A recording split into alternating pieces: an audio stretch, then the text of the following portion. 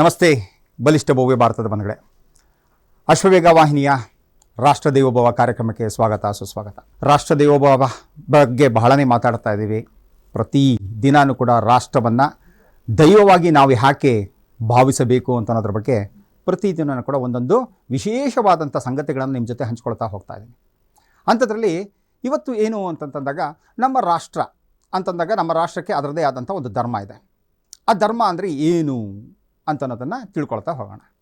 ಈ ಧರ್ಮ ಅಂತಂದಾಗ ಏನಾಗುತ್ತೆ, ಎಷ್ಟೋ ಜನ ಹೇಳ್ತಾರೆ ಇದು ನಮ್ಮದು ಇಸ್ಲಾಂ ಧರ್ಮ, ನಮ್ಮದು ಕ್ರಿಶ್ಚಿಯನ್ ಧರ್ಮ, ನಮ್ಮ ಸಿಖ್ ಧರ್ಮ, ನಮ್ಮದು ಮತ್ತೊಂದು ಜೂಯಿಷ್ ಧರ್ಮ, ಮತ್ತೊಂದು ಹೀಗೆ ಹೇಳ್ತಾ ಇರ್ತಾರೆ, ಬೌದ್ಧ ಧರ್ಮ, ಹೀಗೆಲ್ಲ ಹೇಳ್ತಾ ಇರ್ತಾರೆ. ಆ್ಯಕ್ಚುಲಿ ಹೇಳಬೇಕು ಅಂತಂದರೆ ಧರ್ಮ ಅಂತಂದರೆ ಏನು ಅಂತ ಅನ್ನೋದನ್ನು ಮೊಟ್ಟ ಮೊದಲಾಗಿ ಎಲ್ಲರೂ ತಿಳ್ಕೊಬೇಕು. ಏನು ಧರ್ಮ ಅಂತಂದಾಗ ಧರ್ಮ ಎಲ್ಲಿಂದ ಬಂತು, ಧರ್ಮದ ಪರಿಕಲ್ಪನೆ ಎಲ್ಲಿಂದ ಬಂತು, ಧರ್ಮವನ್ನು ನಾವು ಯಾವ ರೀತಿ ಅರ್ಥೈಸ್ಕೋಬೇಕು, ಧರ್ಮವನ್ನು ನಾವು ಯಾವ ರೀತಿ ಪರಿಗಣನೆಗೆ ತೆಗೆದುಕೋಬೇಕು ಅಂತ ಅನ್ನೋದನ್ನೆಲ್ಲ ನೋಡ್ತಾ ಹೋದಾಗ ನಮ್ಮ ಸನಾತನ ಧರ್ಮ ಅಂತಂತಂದರೆ ಅದಕ್ಕೆ ಹುಟ್ಟು ಯಾವಾಗ ಬಂತು ಯಾರಿಗೂ ಗೊತ್ತಿಲ್ಲ. ಹುಟ್ಟೇ ಗೊತ್ತಿಲ್ಲದಿರೋದಕ್ಕೆ ಸಾವು ಯಾರು ನಿರ್ಧಾರ ಮಾಡೋಕ್ಕೆ ಸಾಧ್ಯವೇ ಇಲ್ಲ.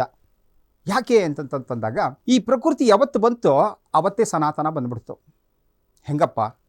ಹೌದು, ಪ್ರಕೃತಿ ಅಂತ ತೆಗೆದುಕೊಂಡಾಗ ನಾವೇನೇನೆಲ್ಲ ನೋಡ್ತೀವಿ, ಗಿಡ, ಮರ, ಬಳ್ಳಿ, ಬೆಟ್ಟ, ಗುಡ್ಡ, ಕಾಡು, ಗಿರಿ, ಕಂದರ, ನದಿ, ಸಮುದ್ರ, ಇವೆಲ್ಲವನ್ನು ನೋಡ್ತಾ ಇರ್ತೀವಿ. ಇದರ ಜೊತೆಗೆ ಇರುವಂಥದ್ದು ಮತ್ತೊಂದು ಮಹತ್ವದದ್ದು ಯಾವುದು ಅಂತಂತಾರೆ ಪಂಚಭೂತಗಳು ಅಂತ ನೋಡ್ತೀವಿ ನಾವು. ಈ ಪಂಚಭೂತಗಳು ಯಾವುದ್ಯಾವುದು ಅಂತಂತಂದಾಗ ನೀರು, ಭೂಮಿ, ಆಕಾಶ, ಗಾಳಿ, ಬೆಂಕಿ, ಇವೆಲ್ಲವೂ ಸೇರಿ ಇರುವಂಥದ್ದೇ ಪಂಚಭೂತಗಳು. ಪ್ರಪಂಚದ ಯಾವುದೇ ಒಂದು ಭಾಗದಲ್ಲಿ ಹೋದರೂ ಕೂಡ ಯಾವುದೇ ಒಂದು ಪದಾರ್ಥವನ್ನು ತೆಗೆದುಕೊಂಡ್ರೂ ಕೂಡ ಎಲ್ಲವೂ ಕೂಡ ಪಂಚಭೂತಗಳಿಂದಲೇ ಮಾಡಲ್ಪಟ್ಟಿರುವಂಥದ್ದು. ಪಂಚಭೂತಗಳನ್ನು ಬಿಟ್ಟು ಮತ್ತೊಂದು ಭೂತ ಇಲ್ಲ. ಸೊ ಇದರ ಪರಿಕಲ್ಪನೆ ಅಂದರೆ ಇದರ ಒಂದು ಸಾಕ್ಷಾತ್ಕಾರ ಯಾರಿಗೆ ಆಯಿತು ಮೊಟ್ಟ ಮೊದಲಾಗಿ ಅಂತಂದರೆ ನಮ್ಮ ಭಾರತೀಯ ಋಷಿಮುನಿಗಳಿಗಾಯಿತು. ಈ ಋಷಿಮುನಿಗಳು ಏನು ಮಾಡ್ತಾ ಹೋಯಿತು ಅಂತಂತಂದರೆ ಈ ಪಂಚಭೂತಗಳು ಯಾವ ರೀತಿಯಲ್ಲಿ ಪ್ರಕೃತಿಯಲ್ಲಿ ಅದು ತನ್ನದೇ ಆದಂಥ ಒಂದು ಪಾತ್ರವನ್ನು ವಹಿಸ್ತಾ ಇದೆ ಅಂತ ಅನ್ನೋದನ್ನು ನೋಡಿಕೊಂಡ್ರು. ಹಾಗೆ ಪ್ರಕೃತಿಯಲ್ಲಿರುವಂಥ ಗಿಡ, ಮರ, ಬಳ್ಳಿ, ನದಿ, ಗಾಳಿ ಎಲ್ಲವೂ ಕೂಡ ಯಾವ ರೀತಿಯಲ್ಲಿ ಅವು ತಮ್ಮ ಕೆಲಸ ಕಾರ್ಯಗಳನ್ನು ಮಾಡ್ತಾ ಇದೆ ಅಂತ ಅನ್ನೋದನ್ನು ನೋಡ್ತಾ ಹೋದ್ರು. ಎಲ್ಲವೂ ಕೂಡ ತಮ್ಮ ಕೆಲಸ ಕಾರ್ಯಗಳನ್ನು ಸರಿಯಾಗಿ ಮಾಡ್ತಾ ಹೋಗ್ತಾ ಇದೆ. ಹೇಳ್ತಾ ಇರ್ತೀವಲ್ಲ, ಕಾಡಿದ್ರೇ ನಾಡು ಅಂತ. ಯಾಕೆ ಕಾಡಿದ್ದರೆ ನಾಡು ಅಂತಂದರೆ ಕಾಡಿದ್ದಾಗ ಕಾಡಲ್ಲಿ ಯಥೇಚ್ಛವಾಗಿ ಗಿಡಮರಗಳು ಬೆಳೆದಿರುತ್ತೆ. ಯಥೇಚ್ಛವಾಗಿ ಗಿಡಮರಗಳು ಬೆಳೆದಾಗ ಏನಾಗುತ್ತೆ ಅಂತಂದರೆ ಅಲ್ಲಿಗೆ ಬರುವಂಥ ತೇಲುವಂಥ ಮೋಡಗಳು ಅಲ್ಲಿ ಬಂದು ಘನೀಕೃತ ಆಗಿ ಅಲ್ಲಿಂದ ಮಳೆ ಸುರಿದು ಅಲ್ಲಿಂದ ಬರುವಂಥ ಮಳೆಯ ನೀರು ನದಿಗಳ ಮೂಲಕ ಏನಾಗುತ್ತೆ ನಮ್ಮ ಪಟ್ಟಣಕ್ಕೆ ಬರುತ್ತೆ, ನಾಡಿಗೆ ಬರುತ್ತೆ. ನಾಡಲ್ಲಿರುವಂಥ ಜನಗಳು ತಗೊಳ್ತಾರೆ, ಕುಡಿತಾರೆ, ಮಾಡ್ತಾರೆ. ಹಾಗೆಯೇ ಆ ಜಲ ಬಂದಾಗಲೇ ಆ ಕಾಡಲ್ಲಿರುವಂಥ ಪ್ರಾಣಿಗಳಿಗೂ ಕೂಡ ಏನಾಗುತ್ತೆ ಆ ನೀರಿನ ಜೀವಜಲ ಸಿಗುತ್ತೆ. ಇದೆಲ್ಲ ನೋಡಿ, ಇದನ್ನು ಎಷ್ಟು ಪ್ರಕೃತಿ ದತ್ತವಾಗಿ ಬಂದಂತಹದ್ದು ಸಹಜ ಧರ್ಮ. ಇದು ಈ ಪ್ರಕೃತಿ ದತ್ತವಾಗಿ ಬಂದಿರೋಂಥ ಈ ಸಹಜ ಧರ್ಮ ಏನು ಅಂತ ಅನ್ನೋದರೆ ತಾನು ಬಾಳುವುದಲ್ಲದೆ ಇತರರಿಗೂ ಕೂಡ ಬಾಳುವ ಅವಕಾಶವನ್ನು ಕೊಡುತ್ತೆ. ಇತರರಿಗೂ ಬಾಳೋದಕ್ಕೆ ಬೇಕಾಗಿರುವಂಥ ಎಲ್ಲ ಸವಲತ್ತುಗಳನ್ನು ಕೊಡ್ತಾ ಹೋಗುತ್ತೆ, ಸಹಾಯವನ್ನು ಕೊಡ್ತಾ ಹೋಗುತ್ತೆ, ಸಹಕಾರವನ್ನು ಕೊಡ್ತಾ ಹೋಗ್ತಾ ಇರುತ್ತೆ. ಇದನ್ನು ನೋಡಿದಂಥ ನಮ್ಮ ಋಷಿಮುನಿಗಳು ಅಂದ್ಕೊಂಡ್ರು, ಧರ್ಮ ಅಂದರೆ ಹೀಗಿರಬೇಕು. ಸಹಸ್ರ ಅಂದರೆ 10,000 ವರ್ಷಗಳ ಹಿಂದೆಯೇ ನಮ್ಮ ಋಷಿಮುನಿಗಳು ಕಂಡುಹಿಡ್ಕೊಂಡ್ರು. ಏನು ಅಂತಂದರೆ ನಾವು ಒಬ್ಬ ಮನುಷ್ಯನಾಗಿ ಜೀವಿಸಬೇಕು, ಬಾಳಬೇಕು, ಬದುಕಬೇಕು, ಜೀವನವನ್ನು ಸಾಗಿಸಬೇಕು ಅಂತಂದರೆ ಹೇಗಿರಬೇಕು, ನಾವು ಬಾಳಬೇಕು, ಮತ್ತವರಿಗೂ ಬಾಳೋದಕ್ಕೆ ಅನುಕೂಲವನ್ನು ಮಾಡಿಕೊಡಬೇಕು, ಅನುವನ್ನು ಮಾಡಿಕೊಡ್ಬೇಕು, ಅವ್ರಿಗೆ ಬೇಕಾಗಿರೋಂಥ ಸಹಾಯ ಸಹಕಾರಗಳನ್ನು ನಾವು ಕೊಡ್ತಾ ಹೋಗಬೇಕು ಅಂತ ಅನ್ನೋದನ್ನು ನಮ್ಮ ಋಷಿಮುನಿಗಳು ಕಂಡುಹಿಡ್ಕೊಂಡ್ರು. ಸೊ ಇದರ ಒಂದು ಆಧಾರಿತವಾಗಿ ಪ್ರಕೃತಿ ದತ್ತವಾಗಿ ಬಂದಂಥ ಈ ತತ್ವಗಳ ಆಧಾರಿತವಾಗಿ ಏನು ಮಾಡಿದ್ರು, ನಮಗೆ ಒಂದು ಧರ್ಮ ಅಂದರೆ ಹೇಗಿರಬೇಕು ಅಂತ ಅನ್ನೋದನ್ನು ಕೊಡ್ತಾ ಹೋದ್ರು. ಅದನ್ನು ಬಸವಣ್ಣವರು ತುಂಬ ಚೆನ್ನಾಗಿ ಹೇಳ್ಬಿಟ್ರು. ಮನುಷ್ಯತ್ವ ದೊಡ್ಡದಲ್ಲ, ಮಾನವತ್ವ ದೊಡ್ಡದು ಅಂತ. ಮನುಷ್ಯತ್ವ ದೊಡ್ಡದಲ್ಲ, ಮಾನವತ್ವ ದೊಡ್ಡದು ಅಂತ. ಧರ್ಮ ದೊಡ್ಡದಲ್ಲ, ದಯೆ ದೊಡ್ಡದು ಅಂತ ಹೇಳ್ತಾರೆ. ಏನು ಅಂತಂದರೆ ಮನುಷ್ಯ ಅಂತಂತಂದಮೇಲೆ ಅವನಿಗೆ ದಯೆ ಇರಬೇಕು. ಪ್ರಕೃತಿ ಎಲ್ಲದರ ಬಗ್ಗೆನೂ ದಯೆ ಇಟ್ಕೊಂಡಿದೆ, ಅನುಕಂಪ ಇಟ್ಕೊಂಡಿದೆ, ಸಹಕಾರ ಸಹಾಯ ಮನೋಭಾವವನ್ನು ಪ್ರಕೃತಿ ಬೆಳೆಸ್ಕೊಂಡಿದೆ. ನಾವು ಮನುಷ್ಯರು ಅದನ್ನು ಹೋಗ್ತಾ ಕಡಿಮೆ ಮಾಡ್ಕೊಳ್ತಾ ಇದ್ದೀವಿ. ಆಗಿನ ಕಾಲದಲ್ಲಿ ನೋಡೋಕೆ ಹೋದಾಗ, ಸಹಸ್ರಾರು ವರ್ಷಗಳ ಮುಂಚೆ ನೋಡಿದಾಗ ಎಲ್ಲರೂ ಅದೇ ನೋಡ್ತದೆ, ಮನುಷ್ಯತ್ವ ದೊಡ್ಡದಲ್ಲ, ಮಾನವತ್ವ ದೊಡ್ಡದು. ಮಾನವತ್ವ ಅಂತಂತಂದರೆ ಏನು? ಪ್ರೀತಿ, ಪ್ರೇಮ, ಕರುಣೆ, ದಯೆ, ಅನುಕಂಪ, ಆಚಾರ ವಿಚಾರಗಳಲ್ಲಿ ಎಲ್ಲದರಲ್ಲೂ ಕೂಡ ಮಾನವನ ಪ್ರಗತಿಯನ್ನು ನೋಡುವಂಥದ್ದು ಮಾನವತ್ವ.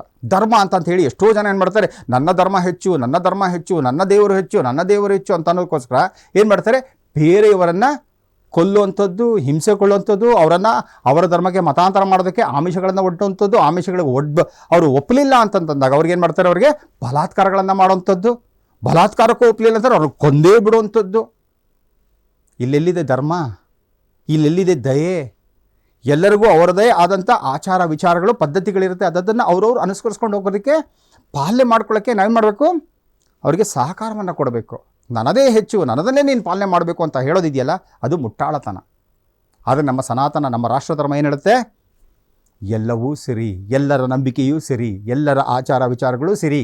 ಎಲ್ಲಿಯ ತನಕ ನೀನು ಬಾಳೋದಲ್ಲದೆ ಮತ್ತೊಬ್ರಿಗೂ ಕೂಡ ಬಾಳೋದಕ್ಕೆ ಅನುವನ್ನು ಮಾಡಿಕೊಡ್ತೀಯಲ್ಲ, ಅದು ನಿಜವಾದ ಧರ್ಮ ಅಂತ ಹೇಳುತ್ತೆ. ಸೊ ದಯೆ ಧರ್ಮದ ಮೂಲವಯ್ಯ ಅಂತಂತ ಬಸವಣ್ಣವರು ಎಷ್ಟು ಚೆನ್ನಾಗಿ ಹೇಳಿದ್ದಾರೆ ನೋಡಿ. ಸೊ ಆ ರೀತಿಯಲ್ಲಿ ನಾವೆಲ್ಲರೂ ಕೂಡ ಆ ದಯೆಯನ್ನು ಬೆಳೆಸ್ಕೋಬೇಕು, ಮನುಷ್ಯತ್ವವನ್ನು ಬೆಳೆಸ್ಕೋಬೇಕು, ಮಾನವತ್ವವನ್ನು ಬೆಳೆಸ್ಕೋಬೇಕು, ಪ್ರೀತಿ ವಿಶ್ವಾಸ ನಂಬಿಕೆಗಳನ್ನು ಬೆಳೆಸ್ಕೊಳ್ತಾ ಹೋಗಬೇಕು. ಇದನ್ನು ಮಾಡ್ತಾ ಹೋಗಬೇಕು. ಈಗ ನಮ್ಮ ಸನಾತನ ಧರ್ಮ ಅಂತಂತಂದಾಗ ಏನು ಹೇಳ್ತಾರೆ, ನಿತ್ಯ ನೂತನ ಚಿರಪುರಾತನ ಅಂತ ಹೇಳ್ತಾರೆ. ಚಿರ ಅಂದರೆ ಸದಾ ಶಾಶ್ವತವಾಗಿರುವಂಥದ್ದು, ಪುರಾತನ ಬಹಳ ಹಳೆ ಕಾಲದ್ದು, ಆವತ್ತಿಂದ ಬಂದಿರುವಂಥದ್ದು, ಎಷ್ಟು ಸಹಸ್ರ ವರ್ಷಗಳಿಂದ ಬಂದಿರುವಂಥದ್ದು, ಬಹಳ ಪುರಾತನವಾದದ್ದು. ಆದರೂ ಏನಾಗಿರುತ್ತೆ, ಇದು ಚಿರವಾಗಿರುತ್ತೆ ಅಂತಂದರೆ ಶಾಶ್ವತವಾಗಿರುತ್ತೆ ಅಂತ. ಅದಕ್ಕೆ ಅಳಿವು ಅನ್ನೋದೇ ಇಲ್ಲ, ಅಳಿವೇ ಇಲ್ದಿರುವಂಥದ್ದು ಈ ಸನಾತನ. ಭೂಮಿಗೆ ಅಳಿವು ಬರುತ್ತಾ, ಚಂದ್ರನಿಗೆ ಅಳಿವು ಬರುತ್ತಾ, ಸೂರ್ಯನಿಗೆ ಅಳಿವು ಬರುತ್ತಾ, ಪ್ರಕೃತಿಗೆ ಅಳಿವು ಬರುತ್ತಾ, ನದಿಗೆ ಅಳಿವು ಬರುತ್ತಾ, ಸಮುದ್ರಕ್ಕೆ ಅಳಿವು ಬರುತ್ತಾ, ಇದು ಯಾವುದಕ್ಕೂ ಬರೋದಿಲ್ಲ ಅಳಿವು ಅಂತಂತಾಗ ಈ ಸನಾತನಕ್ಕೂ ಬರೋದಕ್ಕೆ ಸಾಧ್ಯನೇ ಇಲ್ಲ. ಯಾಕಂದರೆ ಸನಾತನ ಧರ್ಮ ಅನ್ನೋಂಥದ್ದು ಪ್ರಕೃತಿ ದತ್ತವಾಗಿ ಬಂದಿರುವಂತಹ ಒಂದು ಧರ್ಮ. ರೀತಿ ನೀತಿ ಪದ್ಧತಿಗಳು ಹೇಗಿದ್ದರೆ ಏನಾಗುತ್ತೆ ಅಂತದನ್ನು ನಮ್ಮ ಋಷಿಮುನಿಗಳು ತುಂಬ ಚೆನ್ನಾಗಿ ಅರ್ಥ ಮಾಡಿಕೊಂಡು ತಮ್ಮ ಜ್ಞಾನ ವಾಹಿನಿಯಿಂದ ನಮಗೆಲ್ಲರಿಗೂ ಕೂಡ ಬೇಕಾಗಿರೋಂಥ ಈ ದಿವ್ಯ ಜ್ಞಾನವನ್ನು ಕೊಡ್ತಾ ಇದ್ದಾರೆ ಅಲ್ವಾ. ಹಾಗೆಯೇ ನಿತ್ಯ ನೂತನ ಅಂತಂತಲೂ ಕೂಡ ಕರಿತೇವೆ. ನಮ್ಮ ಸನಾತನ ಧರ್ಮವನ್ನು, ನಮ್ಮ ರಾಷ್ಟ್ರ ಧರ್ಮವನ್ನು ನಿತ್ಯ ನೂತನ ಅಂತ ಹೇಳ್ತೀವಿ ನಾವು. ಯಾಕೆ ಅಂತಂತಂದರೆ ಪ್ರತಿದಿನ ಕೂಡ ಒಂದು ಇಂಟ್ರೋಸ್ಪೆಕ್ಷನ್, ಏನು ಆತ್ಮಾವಲೋಕನ ಮಾಡಿಕೊಂಡು ನಾನು ಇನ್ನೂ ಏನು ಚೆನ್ನಾಗಿ ಮಾಡ್ಬೋದು, ನಾನು ಈಗಿರುವಂಥ ಸಮಯ ಸಂದರ್ಭ ಪರಿಸ್ಥಿತಿಗಳಿಗೆ ಅನುಗುಣವಾಗಿ ನಾನು ಇದನ್ನು ಯಾವ ರೀತಿ ಸುಧಾರಿಸಬಹುದು, ಇದನ್ನು ಸುಧಾರಣೆ ಮಾಡಬೇಕು ಅಂತನಾದರೆ ಬೇರೆಯವರು ಮೊದಲು ಸುಧಾರಣೆ ಬೇಕಾ, ಇಲ್ಲ ನಾನು ಮೊದಲು ಸುಧಾರಣೆಯನ್ನು ತಂದುಕೋಬೇಕಾ, ನನ್ನ ಜೀವನದಲ್ಲಿ ನಾನು ಸುಧಾರಣೆ ತಂದುಕೊಳ್ಳೋದಿರುತ್ತಲ್ಲ, ಅದು ಉತ್ತಮವಾದಂಥ ಒಂದು ಮನುಷ್ಯತ್ವದ ಗುಣ. ಬೇರೆಯವ್ರನ್ನ ತಿದ್ದೋದಕ್ಕಿಂತ ಮುಂಚೆ ನನ್ನನ್ನು ನಾನು ತಿದ್ದುಕೋಬೇಕು. ಅದಕ್ಕೆ ಡಿ ವಿ ಜಿಯವರು ಹೇಳ್ತಾ ಇರ್ತಾರೆ, ಜಗದ ಡೊಂಕನ್ನು ನೀನೇಕೆ ತಿದ್ದುವೆಯ್ಯ, ನಿನ್ನ ಡೊಂಕನ್ನು ನೀನು ತಿದ್ದಿಕೋ ಅಂತ. ಜಗದ ಡೊಂಕನ್ನು ತಿದ್ದಬೇಕು ಅಂತಂದರೆ ಮೊದಲು ನನ್ನ ಡೊಂಕನ್ನು ನಾನು ತಿದ್ದುಕೋಬೇಕು. ನನ್ನನ್ನು ನಾನು ತಿದ್ದುಕೊಳ್ತಾ ಹೋಯ್ತು ಅಂದರೆ ಜಗ ತನ್ನಷ್ಟಕ್ಕೆ ತಾನು ಸರಿ ಹೋಗ್ತಾ ಇರುತ್ತೆ. ಸೊ ಈ ರೀತಿ ಪರಿಕಲ್ಪನೆಯಿಂದ ಬಂದಿರುವಂಥದ್ದು ನಮ್ಮ ಸನಾತನ ರಾಷ್ಟ್ರಧರ್ಮ. ಈ ಸನಾತನ ರಾಷ್ಟ್ರಧರ್ಮದಲ್ಲಿ ಏನನ್ನು ಹೇಳುತ್ತೆ ಅಂತಂತಂದರೆ, ಬಿಡು ನನ್ನತನ ನಿನ್ನತನವೆಂಬ ಸಣ್ಣತನ, ಬಿಡು ನನ್ನತನ ನಿನ್ನತನವೆಂಬ ಸಣ್ಣತನ, ಇರಲಿ ಎಲ್ಲರೂ ನಮ್ಮವರೆಂಬ ಹಿರಿತನ, ಇರಲಿ ಎಲ್ಲರೂ ನಮ್ಮವರೆಂಬ ಹಿರಿತನ, ಎಲ್ಲರ ಸುಖವ ಬಯಸುವುದು ನಮ್ಮ ಮನ, ಜಗದ ಹಿತವ ಬಯಸುವುದು ಭಾರತದ ತನ, ಇದನ್ನೇ ಸಾರುವುದು ನಮ್ಮ ಸನಾತನ ಅಂತಂದ್ರೆ ಎಷ್ಟು ಚೆನ್ನಾಗಿದೆ ಅಲ್ವಾ.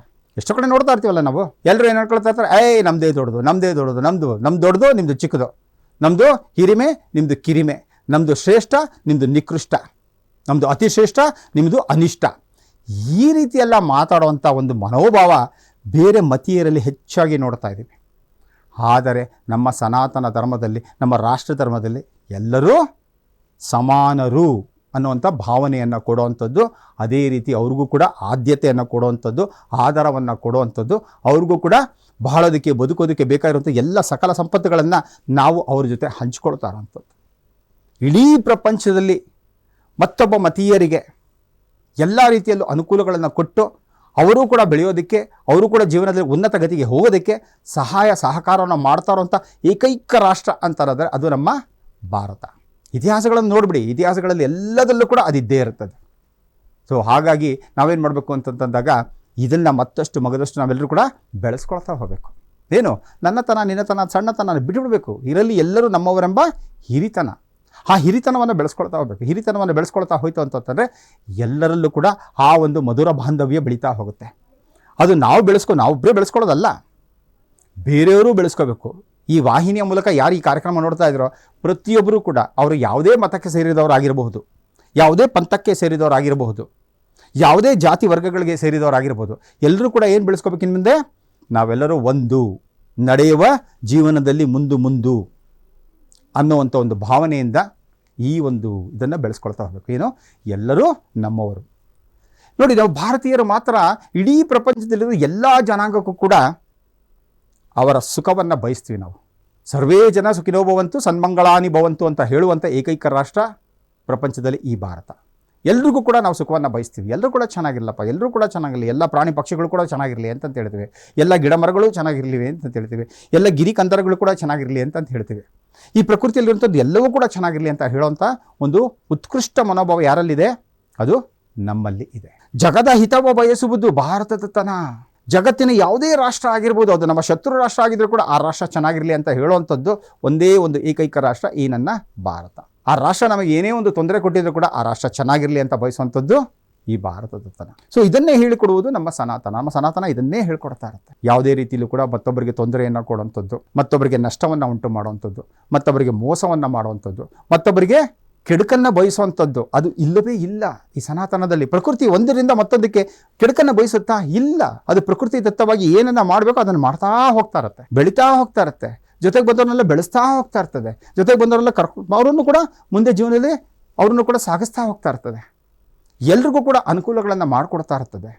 ಸೊ ಹಾಗೆ ಬಂದಿರುವಂತಹ ಈ ನಿತ್ಯ ನೂತನ ಚಿರಪುರಾತನವಾದಂತೂ ಈ ನನ್ನ ಸನಾತನ. ಹಾಗಾಗಿ ನಾವೆಲ್ಲರೂ ಕೂಡ ಈ ಒಂದು ತತ್ವವನ್ನು ನಮ್ಮ ಜೀವನದಲ್ಲಿ ಬೆಳೆಸ್ಕೋಬೇಕು. ಏನು ಅಂತಂದರೆ, ಬಿಡು ನನ್ನತನ ನಿನ್ನತನ ಎಂಬ ಸಣ್ಣತನ ಇರಲಿ, ಎಲ್ಲರೂ ನಂಬುವರೆಂಬ ಹಿರಿತನ, ಎಲ್ಲರ ಸುಖವ ಬಯಸುವುದು ನಮ್ಮ ಮನ, ಜಗದ ಹಿತವ ಕಾವುದು ಭಾರತದ ತನ, ಇದನ್ನೇ ಹೇಳುವುದು ನಮ್ಮ ಸನಾತನ ಅಂತ ಹೇಳ್ತಾ ಇದ್ದೇನೆ.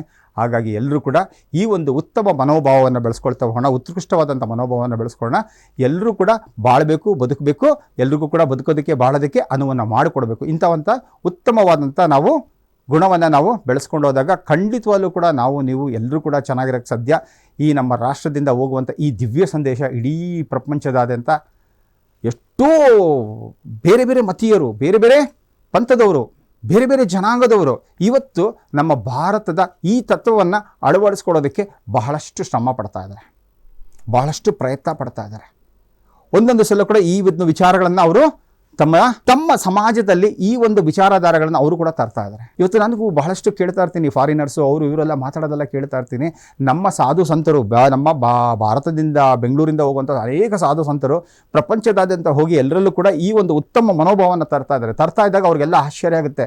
ಅಲ್ಲ, ಇಲ್ಲೂ ತನಕ ನಮಗೆ ಭಾರತ ಅಂತಂದರೆ, ಭಾರತದ ಆ ಹಿಂದೂ ಧರ್ಮ ಅಂತಂದರೆ, ಭಾರತದ ಸನಾತನ ಧರ್ಮ ಅಂತಂದಾಗ ನಮ್ಮ ಮನಸ್ಸಲ್ಲಿ ಇದ್ದಂಥ ವಿಚಾರಗಳೇ ಬೇರೆ ಇದ್ವು. ಯಾವುದ್ಯಾವುದೋ ರೀತಿಯಲ್ಲಿ ಅಂದ್ಕೊಳ್ತಾ ಇದ್ವಿ ನಾವು. ಅಯ್ಯೋ, ಸನಾತನ ಧರ್ಮದಲ್ಲಿ ಇಂಥ ಉತ್ತಮವಾದಂಥ ವಿಚಾರವಿದೆಯೇ, ಇಡೀ ಪ್ರಪಂಚ ಚೆನ್ನಾಗಿರಬೇಕು ಅಂತ ಬಯಸ್ತಾ ಇದೆಯಲ್ಲ ಈ ಧರ್ಮ. ಇಡೀ ಪ್ರಪಂಚದಲ್ಲಿ ಎಲ್ಲರೂ ಸೌಹಾರ್ದತೆಯಿಂದ ಬಾಳೋದಕ್ಕೆ ಬೇಕಾಗಿರುವಂತಹ ಎಲ್ಲ ರೀತಿಯಾದಂತಹ ಪದ್ಧತಿಗಳನ್ನು ಮತ್ತು ಪ್ರೀತಿ ವಿಶ್ವಾಸ ನಂಬಿಕೆಗಳನ್ನು ವಿಶ್ವಾಸವನ್ನು ಕೊಡುವಂಥ ಅತಿ ಉತ್ತಮವಾದಂಥ ಈ ಸನಾತನ ಧರ್ಮವನ್ನು ನಾವು ಪಾಲನೆ ಮಾಡ್ತಾ ಹೋಯ್ತು ಅಂದರೆ ಖಂಡಿತವಲ್ಲೂ ಕೂಡ ನಮ್ಮ ದೇಶದಲ್ಲೂ ಕೂಡ, ನಮ್ಮ ಜನಾಂಗದಲ್ಲೂ ಕೂಡ, ನಮ್ಮ ಮನೆಯಲ್ಲೂ ಕೂಡ ನಾವು ಸುಖ, ಶಾಂತಿ, ನೆಮ್ಮದಿಯಿಂದ, ಆರೋಗ್ಯದಿಂದ, ಆನಂದದಿಂದ, ಉಲ್ಲಾಸದಿಂದ ನಾವು ಕೂಡ ಬಾಳಬಹುದಲ್ಲ ಅನ್ನೋಂಥದ್ದು ಎಲ್ರಿಗೂ ಕೂಡ ಈಗ ಅರಿವಿಗೆ ಬರ್ತಾ ಇದೆ, ಜ್ಞಾನೋದಯ ಆಗ್ತಾ ಇದೆ. ಹಾಗಾಗಿ ಇಡೀ ಪ್ರಪಂಚದಾದ್ಯಂತ ಎಷ್ಟೋ ಜನ ಸನಾತನ ಧರ್ಮದ ಕಡೆಗೆ ತಮ್ಮ ಒಲವನ್ನು ತೋರಿಸೋದಕ್ಕೆ ಶುರು ಮಾಡ್ಕೊಂಡ್ಬಿಟ್ಟಿದ್ದಾರೆ. ಇಲ್ಲಿರುವಂಥ ಅನೇಕ ಉತ್ತಮವಾದಂಥ ಅಂಶಗಳನ್ನು ಅವರು ತಮ್ಮ ಜೀವನದಲ್ಲಿ ಅಳವಡಿಸ್ಕೊಳ್ತಾ ಇದ್ದಾರೆ, ಬಾಳ್ತಾ ಇದ್ದಾರೆ, ಬದುಕ್ತಾ ಇದ್ದಾರೆ.